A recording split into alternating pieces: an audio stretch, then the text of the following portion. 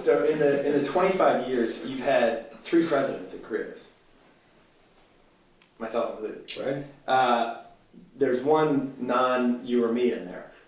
What happened?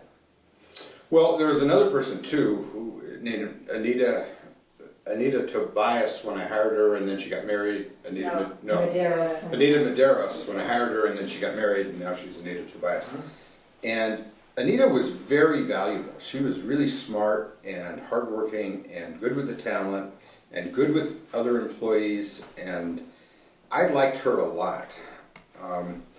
But then there was sort of this toxic Anita and Mike and Anita kind of thing. And I decided at one point, I took each one to lunch. I said, look, I'm going to make one of you president.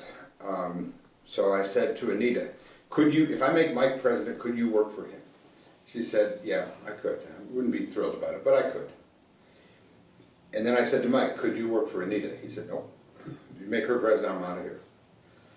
Now, I stupidly made Mike president because, Jack, you told me that you would learn in business school that no, you should have made Anita the president because she was the one willing to go along.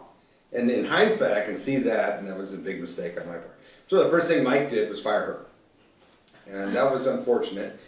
And, you know, she and I went out to the Cheesecake Factory, and I said, look, I feel terrible about this. I really do. I'm in a mess because I promoted him. I'm letting him run it.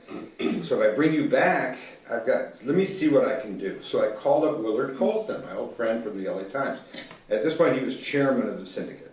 And I said, Willard, are you guys looking for anybody? He said, yeah, we're actually looking for a general manager. I said, I got the one. So I even took Willard to dinner and lobbied for Anita. So then Jesse Levine was president. He called Anita. But Jesse and I had lunch. I went down to I did 2 meals over her. Went down to Little Tokyo and had lunch with Jesse and said, you will not regret it, Jesse. He said, how do I know you're not trying to sandbag me? We were competitors. And I said, Jesse, I'm not. I give you my word. So he hired her, and then a couple years later, he told me at a convention, he said, oh, thank God you recommended Anita. We get along great. She's terrific. And then they got sold, and Jesse and Anita both lost their jobs. She's with Raiders now, I think. She's with Reuters, yes. Bloomberg. She was with Bloomberg, and then an old friend of mine from back in the mid-'70s from UPI named Mitch Koppelman was the vice president of Reuters. He called me up, said, hey, what do you know about this Anita Tobias? And I said, whoa, well, why would you ask that?